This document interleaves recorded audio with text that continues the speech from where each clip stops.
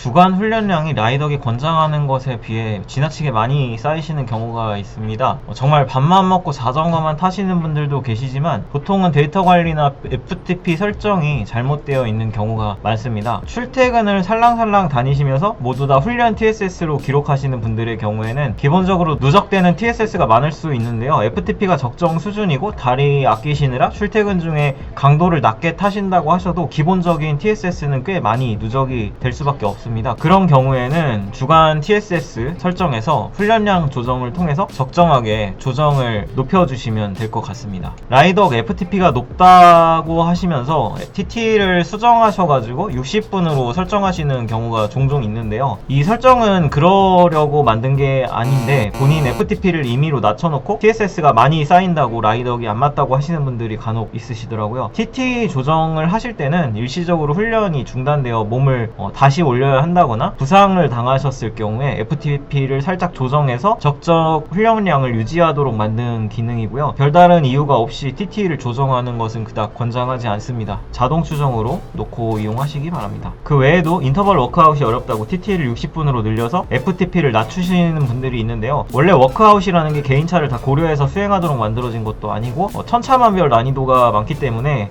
그렇게 하시는 건 권장하지 않습니다. 특히 주이프트 기본 워크아웃 자체가 훈련으로 수행하기에 난이도가 너무 높게 만들어져 있어서 거의 권장을 안 하는 워크아웃들이거든요. 주이프트에서 특정 워크아웃을 하고 싶으시면 그 워크아웃을 수행하실 때 주이프트에서 FTP를 직접 조정하시는 것을 권장합니다. 그렇지 않으면 힘들게 쌓은 TSS 누적되는 데이터가 다 망가질 수가 있습니다. 인도어 스마트 트레이너와 필드에서 파워미터 기록을 각각 기기로 하시는 분들이 종종 있는데요. 스마트 트레이너와 필드에서 사용하는 근육도 좀 다르고 온도 조절, 기기간 파워 차이 등에 있어서 파워가 다를 수밖에 없거든요. 그래서 파워가 인도어에서 높은 경우도 있고 낮은 경우도 있습니다. 인도어에서 파워 테스트를 하시고 FTP를 잡으신 경우에는 필드에서 크랭크 암형의 경우가 이제 파워가 높게 나오는 경우가 있거든요. 필드에서 이제 파워가 높게 나오게 되면 이런 경우 TSS가 많이 쌓일 수가 있게 되겠죠. 파워미터와 스마트 트레이너가 둘 다 있으면 가급적이면 데이터 관리는 파워미터 기준으로 하시는 걸 권장합니다. 기기마다 파워 수치가 어느 정도 차이가 날 수 있는 데다 서로 다른 파워가 측정되는 데이터로 혼란이 있을 수 있거든요. 마지막으로 생각보다 마일리지는 정말 많이 쌓으시면서 인터벌 치는 일이 거의 없는 분들이 있습니다. 특히 랜도너 하시는 분, 라이덕 사용자분들 중에 이런 경우가 많은데요. FTP를 220 정도로 알고 있던 제 지인분이 계신데 기량에 비해서 FTP가 많이 낮다고 생각했는데 남산 한번 빡세게 타보시라고 제가 해보니까 최대 심박도 180에서 200으로 크게 갱신되고 FTP도 260 이상 찍히시더라고요. 이런 경우는 FTP는 굉장히 낮게 설정되어 있고 마일리지는 충분히 많고 하다 보니까 기량이 낮으신데도 불구하고 주간 TSS가 1000씩 쌓이는 그런 경우에 해당합니다. 그 외에도 굉장히 많은 사례들이 있지만 다 나열할 수는 없고요. TSS 데이터 관리를 하는 데 있어서 가장 중요한 부분은 펑파워나 오류 없는 파워 데이터로 일관성 있게 기록을 하시는 게 좋고요. 피크파워 갱신은 주기적으로 하셔서 적정 FTP를 만들어 놓으시는 게 좋습니다. 사실 퍼포먼스 올릴 생각이 아예 없는 분들은 라이덕을 굳이 사용 안 하셔도